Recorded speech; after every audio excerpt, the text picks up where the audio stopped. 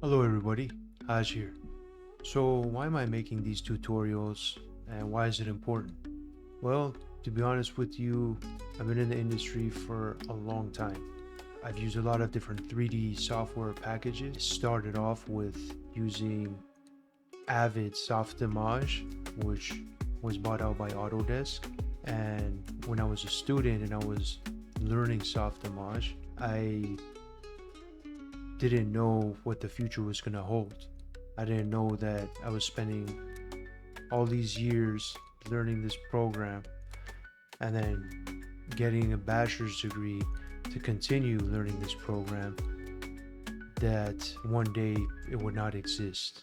So Autodesk bought them out and Softimage was removed. Now at the time, the professor was very big on Modo. Thankfully, I did learn Maya while I was learning Softimage, but I just preferred Softimage over Maya at the time. So when Maya became my main package and I spent time learning Modo for modeling, Modo was eventually killed off. My point is that regardless of what 3D package you know, it's always good to know the industry standard of the time and of the era that you're living in. If you do want to work in the 3D industry, it's good to know multiple packages, not just one.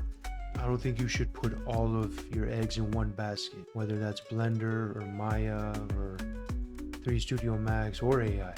Learn it all.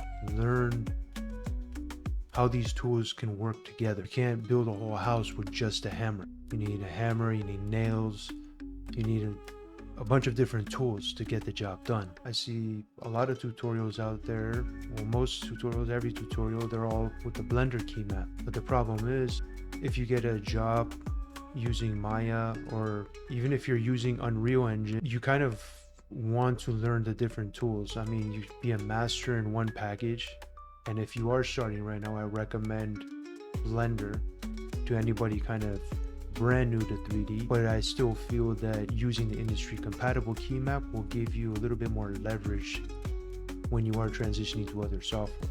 I think that's really important regardless of what it is you're doing in 3D. I think going even into Unreal Engine, you're going to find that a lot of the navigation and everything is reminiscent of Maya, because for me, I never knew that, I would need to learn all this different 3D software. I thought from the beginning I could just stick with Softimage and that would be it. So if you want to be more hireable, if you want to be more of a person that a company would hire because you know their tool, I would stick with the industry compatible keymap until the day comes where Blender becomes industry standard and it's used worldwide for every kind of job. The industry compatible keymap gets you into the same kind of mindset for navigating 3D viewport. Once you develop this muscle memory, you're just going to save yourself time going between packages. You're going to be a little bit more software agnostic, so it doesn't matter what software you're using. I feel like if you are learn Blender, but also learn the industry compatible keymap.